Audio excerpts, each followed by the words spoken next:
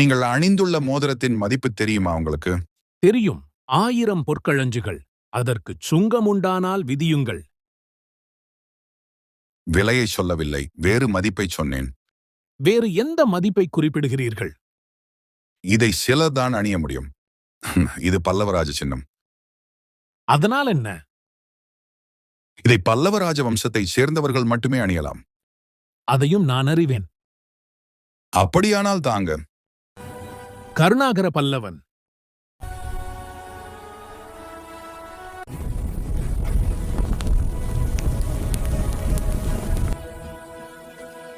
இளைய பல்லவரா? ஆமாம். இனி நான் போகலாமல்லவா? நில்லுங்கள். நீங்கள் போக வேண்டிய இடம் எது? கோடிக்கரை கூலவாணிகன் மாளிகை. அது நகரத்துக்குள் அல்லவா இருக்கிறது? அப்படியானால் இப்பொழுது போக வேண்டாம். அடுத்த போலுள்ள என் இல்லத்தில் தங்கியிருங்கள். நள்ளிரவுக்கு பின் போகலாம். இப்பொழுது ஏன் போகக்கூடாது? பிடிவாதம் வேண்டாம். சொல்வதை கேளுங்கள். ஊருக்குள் சென்றால் நீங்கள் உயிருடன் மீள முடியாது. உங்கள் பேச்சு எனக்கு வியப்பாக இருக்கிறது. வியப்புக்கு இடம் எங்கே இருக்கிறது? பூம்புகாரிலிருந்து மரக்கலத்தில் வருகிறேன். அதுவும் அரசாங்க அலுவலாக பாலூர் பெருந்துறையில் இறங்குகிறேன். சுங்கச்சாவடியில் சோதனைக்கு இடமில்லாமல் செல்ல என் முத்திரை மோதிரத்தையும் காட்டுகிறேன். உடனே தாங்கள் என்னைச் செல்ல அனுமதித்திருக்க வேண்டும். அதுதான் நியாயமாக நடக்கக்கூடியது. ஆனால் அனுமதிக்கவில்லை. தனிமையில் பேச அழைக்கிறீர்கள். மற்ற சுங்க அதிகாரிகளுக்கு எட்டாக்கையாக இருக்கும் இந்த இடத்துக்கு அழைத்து வருகிறீர்கள். அது மட்டுமல்ல, ஊருக்குள் செல்ல விரும்பும் என்னை தடையும் செய்கிறீர்கள். இத்தனைக்கும் வியப்படையாமல் எந்த மனிதனால் இருக்க முடியும்? நீங்கள் சொல்லுவதிலும் பொருள் இருக்கிறது. வியப்புக்கும் இடம் இருக்கத்தான் செய்கிறது.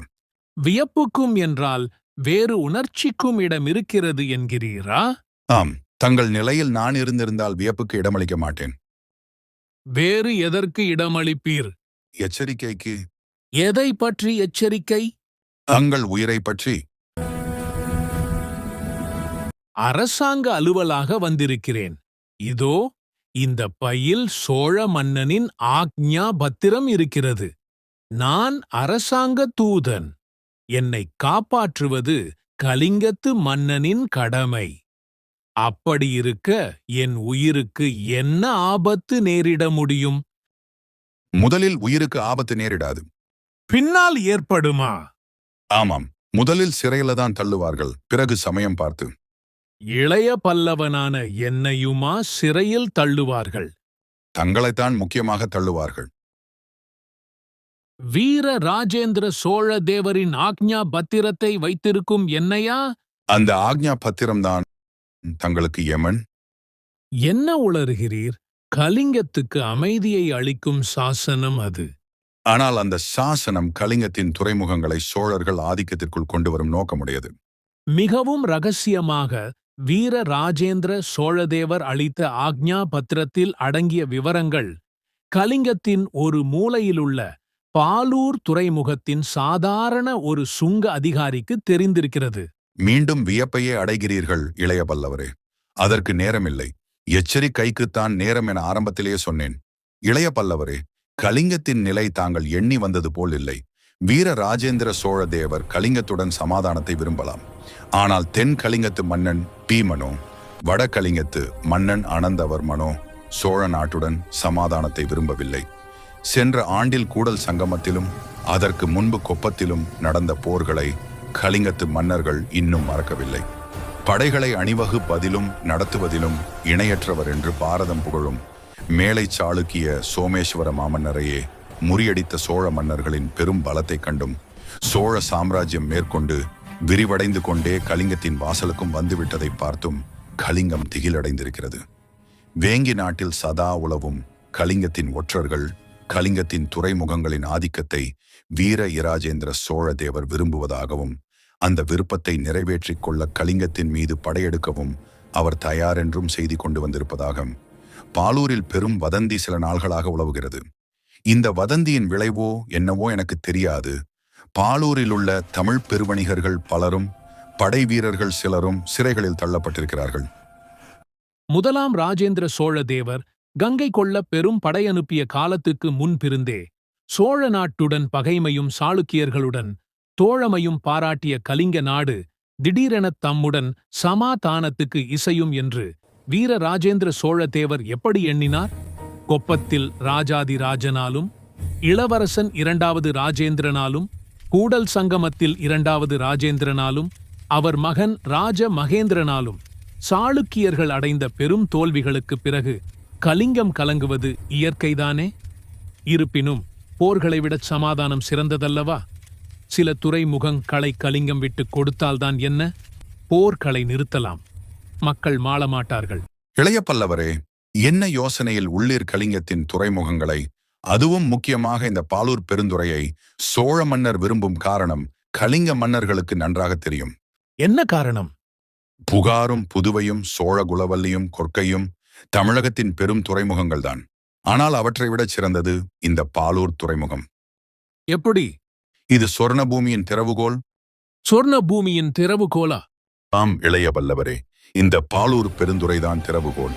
இந்த துறைமுகத்திலிருந்துதான் வசதியான காற்று தென்கிழக்கு நோக்கி அடிக்கின்றது. புகாரிலிருந்தும் புதுவையிலிருந்தும் கூட செல்லலாம். ஆனால் அந்த பிராந்தியங்களில் சில சமயங்களில் அடிக்கும் பெரும் காற்றுகள் கப்பல்களை திசை மாறச் செய்திருக்கின்றன. மூழ்கிய கப்பல்களின் எண்ணிக்கையும் அதிகம். ஆனால் பாலூர் பெருந்துறையிலிருந்து தென்கிழக்கில் சென்றால் எந்த ஆபத்துமில்லை. ஆகவே இந்த பாலூர் பெருந்துறையை உடைய நாடு தென்கிழக்கு நாடுகளின் வாணிபத்தின் முழு பலனை அடையும் கடாரத்தை வெற்றி கொண்டு மரகத தோரணத்தையும் ஆபரண வாயிலையும் கொண்டு வந்தும் முதலாம் ராஜேந்திரரின் கடற்படை இங்கிருந்துதான் கிளம்பியது. இதையெல்லாம் கலிங்கர்கள் அறிவார்கள். ஆகவே உயிரை கொடுத்தாலும் வாணிபம் கொழிக்கும் இந்த பெருந்துறையை கொடுக்க மாட்டார்கள். ஆகவே உங்களுக்கு ஆபத்து ஊருக்குள் காத்திருக்கிறது. நீங்கள் வருவது மட்டுமல்ல, வரும் அலுவல் மட்டுமல்ல, இந்த பெருந்துறையில்தான் இறங்குவீர்கள் என்பதும் தென்கலிங்க மன்னருக்கு தெரிந்திருக்கிறது. அப்படியா? ஆமாம் இளைய பல்லவரே. ஆக நீங்கள் ஊருக்குள் போவதானால் மாற்று உடையில் போக வேண்டும். அதுவும் நள்ளிரவில் போக வேண்டும். அத்தனை எச்சரிக்கை தேவையா? அவசியம் தேவை. ஊர் முழுதும் படை நடமாட்டம் இருக்கிறது.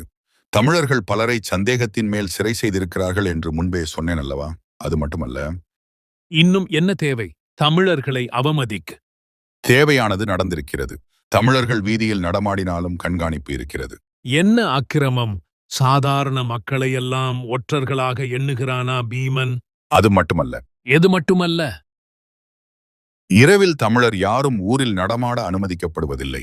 அது மட்டுமல்ல, ஒவ்வொன்றாகச் சொல்ல வேண்டாம், முழுவதையும் ஒரே அடியாகச் சொல்லித் தோலையும். அது மட்டுமல்ல இளைய பல்லவரே, சோழ வம்ச இளவலும் நேற்று சிறை செய்யப்பட்டிருக்கிறார். யாரது? அம்மங்காதேவியின் மகன் ராஜராஜ நரேந்திரன் செல்வன். இத்தனை துணிவா கலிங்கத்து பீமனுக்கு?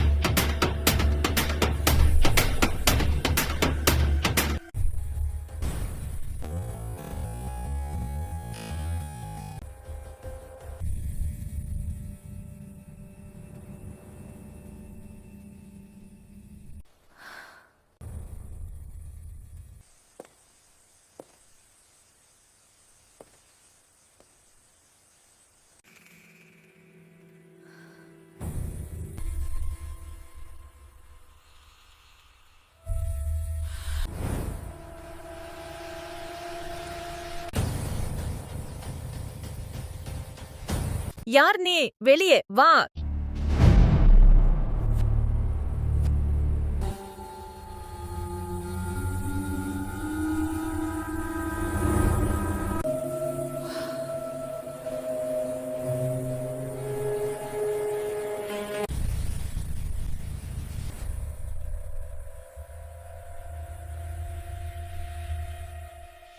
எனக்கு வாளை பிடிக்கத் தெரியும்.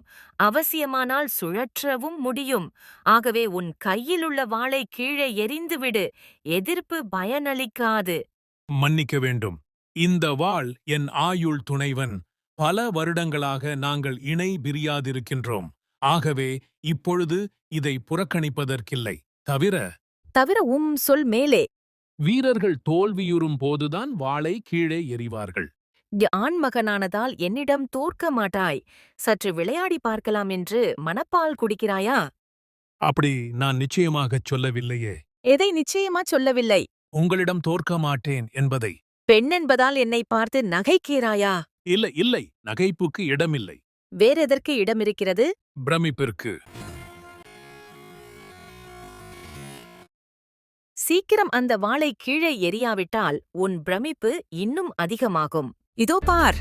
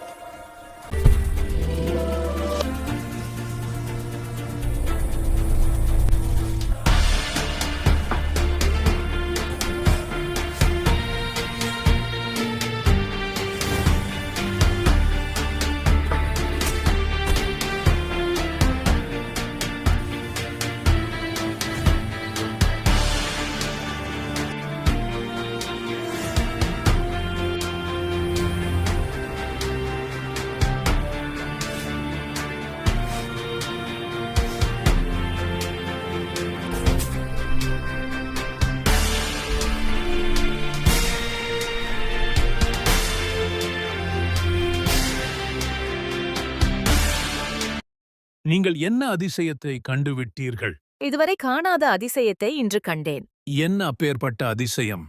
என் வாள் சுழன்று எதிரியின் வாள் பறக்காதது இதுதான் முதல் தடவை.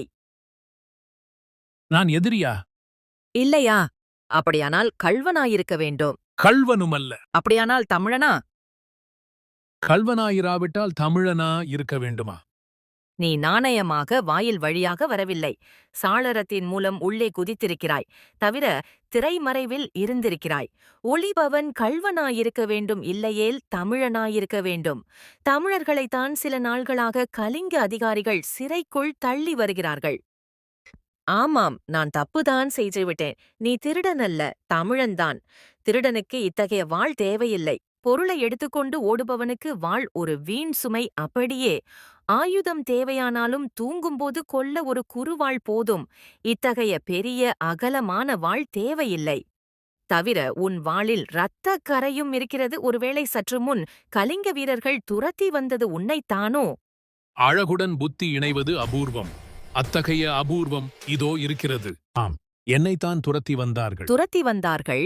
சேதமும் பட்டிருக்கிறார்கள். எனக்கு ஓரளவு போரிடத் தெரியும். இதில் அடக்கம் வேண்டாம். நீ திறமையுடன் போரிடக்கூடியவன், எனக்குத் தெரியும். எப்படி தெரியும்? நான் வாள் சுழற்றிய முறை எங்கள் நாட்டின் தனி பயிற்சி. அதை உபயோகித்தால் எதிரி கையிலிருக்கும் வாள் உடனே பறக்க வேண்டும். ஆனால் உன் வாள் திடமாக நின்றுவிட்டது. இந்த முயற்சியில் நான் தோல்வியடைவது இதுவே முதல் முறை. இன்னொரு முறை முயன்றால் கண்டிப்பாய் வெற்றியடைவேன். என்னிடம் வாள் போரில் வெற்றியடைய முடியாது பெண்ணே. ஆனால் வேல் போரில் வெற்றியடையலாம். வேல்போரா? ஆம் பெண்ணே. கருணாகர பல்லவனை வாள் போரில் வென்றவர்கள் இதுவரை இல்லை. ஆனால் அதோ உன் முகத்திலிருக்கும் அந்த கூர்வேல்கள். அவற்றின் சக்தி வேறு. உன்னிடம்தான் எத்தனை படைக்கலங்கள், ஆர்க்கும் நூபுரங்கள், பேரி, வெற்கண், வெம்புருவம், போர்வில், முரசு போல் ஒலிக்கும் காலாபரணம், வேல் கண்கள், போர் வில்லென வளைந்த புருவங்கள், எத்தனை போர் கருவிகள், இவற்றை வெற்றி கொள்ள என்னால் முடியாது. எந்த கருணாகர பல்லவர்? இளைய பல்லவரா? ஆம் பெண்ணே, எந்த இளைய பல்லவர்? அனபாயச் சோழர் நண்பரா? ஆம் பெண்ணே. அடடா, உங்களை இத்தனை நேரம் ஏகவசனத்தில் மரியாதையின்றி பேசிவிட்டேனே. அதனால் பாதகமில்லை. என்னை உனக்கு எப்படித் தெரியும்? பார்த்ததில்லையே தவிர உங்களை நாடித்தானே இங்கு வந்திருக்கிறோம். வந்திருக்கிறோம் என்றால் இன்னொருவர் யார்? என் தந்தை யார் உன் தந்தை? குணவர்மர். யார்? இன்னொரு முறை சொல். என் தந்தையின் பெயரை இன்னொரு முறை கேட்க என் அருகே வர அவசியமில்லை. கைகளைப் பற்றி நெரிக்கவும் தேவையில்லை. தமிழர் பண்பாடு விசித்திரமாயிருக்கிறது இளைய பல்லவரே. முன்பின் அறியாத பெண்களின் கைகளை பிடிக்கும் படிப்பினைதான் தமிழக வாலிபர்களுக்கு கற்பிக்கப்படுகிறதோ? மன்னிக்க வேண்டும். உணர்ச்சி வேகத்தில் முறை தவறி நடந்துவிட்டேன்.